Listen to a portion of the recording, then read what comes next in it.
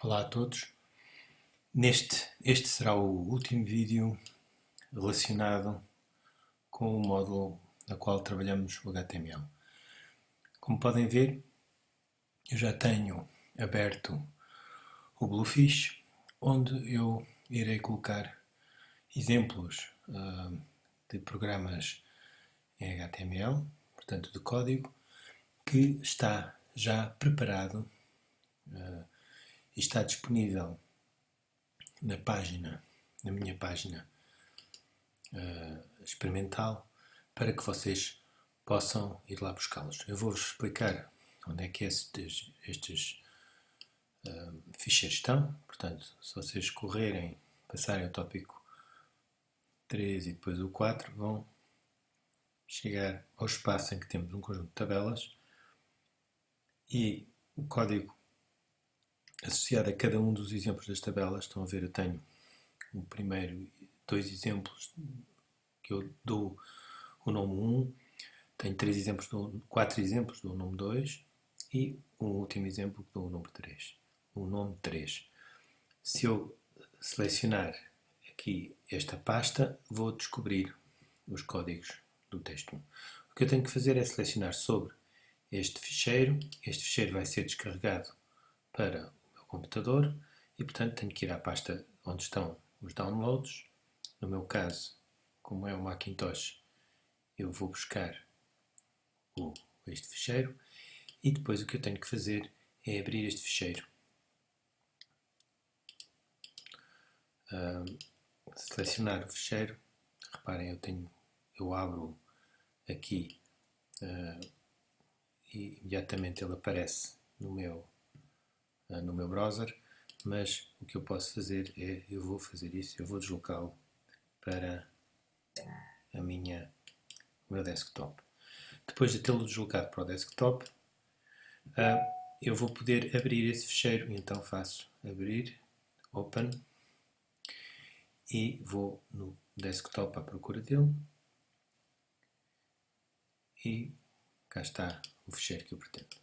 Bom, este é um ficheiro que, como vocês já viram, cria duas tabelas. E, portanto, é sobre esse ficheiro que eu primeiro vou trabalhar para nós vermos algumas instruções, alguns comandos associados à criação de tabelas.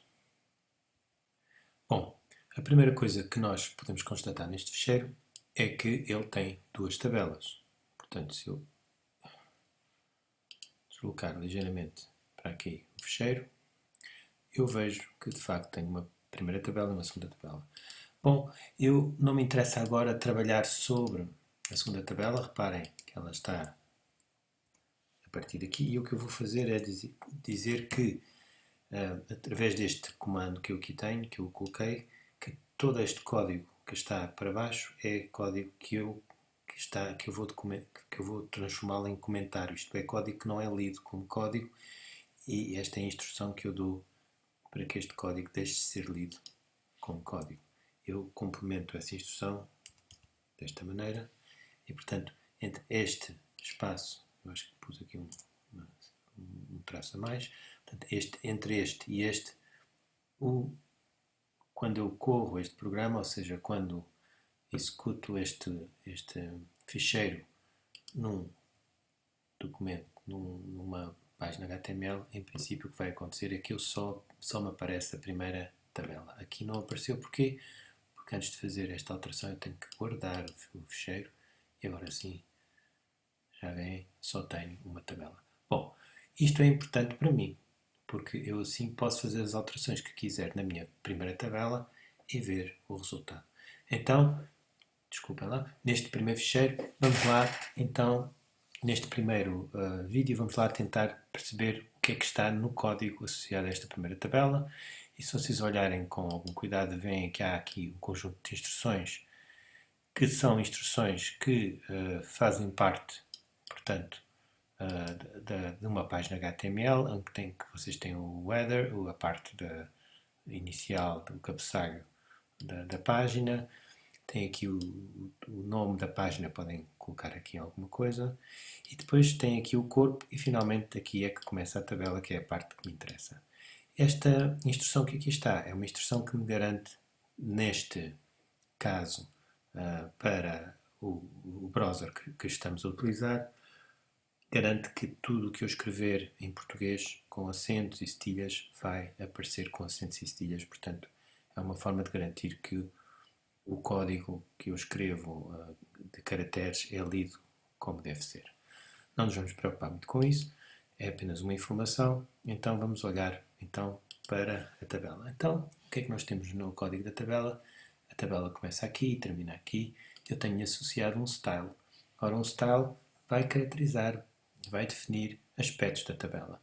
O primeiro aspecto é o border. Ora, se eu defino um border de 10 pixels, se vocês olharem, vai ser o border que está aqui à volta. Estão a ver? Depois eu defino como collapse. Se eu defino um border como collapse, eu vou retirar até este código aqui para nós vermos a diferença. Vai ter um efeito, eu vou pô-lo aqui em baixo. Desculpem lá, aqui uma coisa mais neira que eu fiz. Eu vou para trás novamente, vou selecionar este assim, vou retirá-lo e agora vou pô-lo aqui, pronto. Só para ficar guardado. Se eu não colocar como collapse, nós vamos ver outro tipo de coisa que acontece. Portanto, em princípio, vamos trabalhar sempre com um border collapse para garantir que a imagem que nós temos é esta que inicialmente nós tínhamos e agora aqui eu vou selecionar. Estão a ver? O que acontece quando o border não é collapse é que todas as janelas passam a ter um espaço de definição, ou seja, é como se nós estivéssemos a inserir quadrados ou retângulos, neste caso, em cada um dos espaços da tabela. Bom, portanto, eu vou assumir que temos um border collapse e depois a cor tem a ver com a cor da letra. Se eu puser outra cor, posso pôr a cor blue. E a dimensão. Ora, a dimensão tem a ver com o espaço que a tabela ocupa na página. Eu pus 50%, mas se eu pusesse um pouco mais, por exemplo 80%, vocês iriam ver que o espaço ocupado pela tabela é maior. Bom, vamos então ver como fica. Reparem que o nome, as letras, portanto a cor das letras passou a ser azul e o que acontece é que o espaço, a tabela, tornou-se maior. Vou apagar esta página. E provavelmente sentem a chuva, está muita chuva agora no momento em que eu estou a fazer a gravação. Bom, eu vou continuar, vamos olhar agora para outras instruções. Este tbody aqui não seria necessário, se bem que uma vez que eu retirei isto, portanto coloquei isto no Moodle e depois retirei do Moodle, o que acontece é que o tbody é no fundo a parte do corpo da tabela. E às vezes é útil para fazer uma distinção entre áreas, espaços da tabela e podemos deixá-la estar, esta instrução. O que me interessa agora é vocês olharem para este aspecto, que é muito importante. Primeiro, vocês têm aqui uma instrução TR que termina aqui. Reparem como ela está toda em sequência. Eu vou separá-la para nós percebermos. Ora, TR é uma instrução que me diz que eu introduzo uma linha na tabela. Está bem?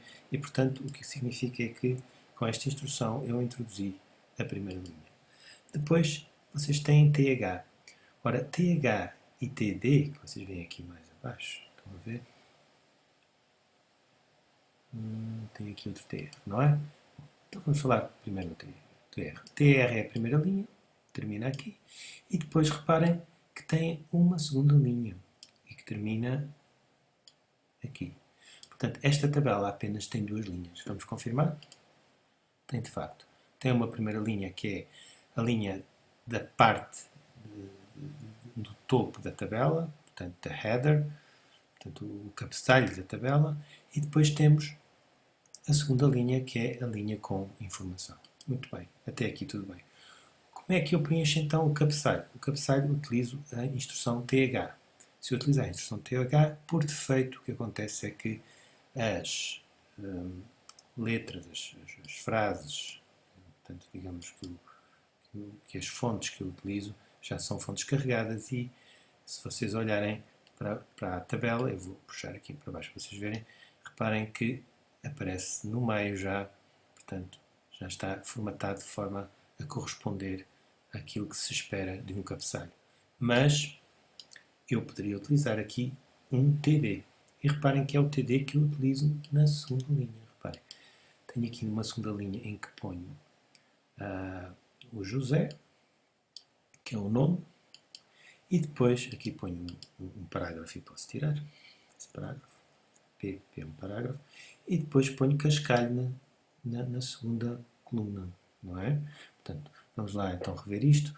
Os TRs correspondem a linhas e cada um dos THs ou cada um dos TDs correspondem ao preenchimento dessa linha. Como é que eu preencho uma linha? Bom, eu preencho uma linha caso a caso, portanto, seguindo a sequência das colunas. Esta será a primeira parte da linha que eu preencho, corresponde à primeira coluna. Aqui preencho a segunda coluna, aqui preencho a terceira coluna. Estão a ver? A mesma coisa que eu faço nesta segunda linha. Nesta segunda linha preencho a primeira coluna com José. Cá está. A segunda linha com cascalho e a terceira linha com 47. Bom, eu penso que até aqui não é muito difícil acompanhar a tabela. Para terminar este vídeo, apenas uma observação. Reparem que eu quero garantir que todos estes elementos que estão na tabela têm uma linha de separação. E há aqui um elemento, que é o 47, não tem uma linha de separação. Se nós formos olhar para o 47, reparem que ele não tem nenhum atributo aqui. O que é que lhe falta para ele ter linha de separação? Obviamente que tenho que lhe atribuir um estilo que garanta que essa linha existe. Então eu vou fazer um copy desta parte, vou colocar aqui, ou no cascalho ou no 47, é a mesma coisa. Se eu colocar no cascalho, em princípio, o 47 fica por defeito também com ela. E agora vou gravar e agora vou atualizar. Reparem que já aparece a linha cortada. Bom, outra coisa que é importante é perceber que nós temos outras instruções, como por exemplo o facto de alinhar o texto ao centro e o facto de colocar na parte de baixo no que respeita ao alinhamento vertical. Eu tenho isto aqui neste local, mas se vocês repararem, ele funciona bem. Eu agora já não sei como é que isto está a funcionar, desculpa lá, tenho que rever novamente. Bom, não dá para ver aqui, neste caso. O que acontece é que estas instruções que aqui estão, em princípio, deveriam garantir que todas e qualquer uma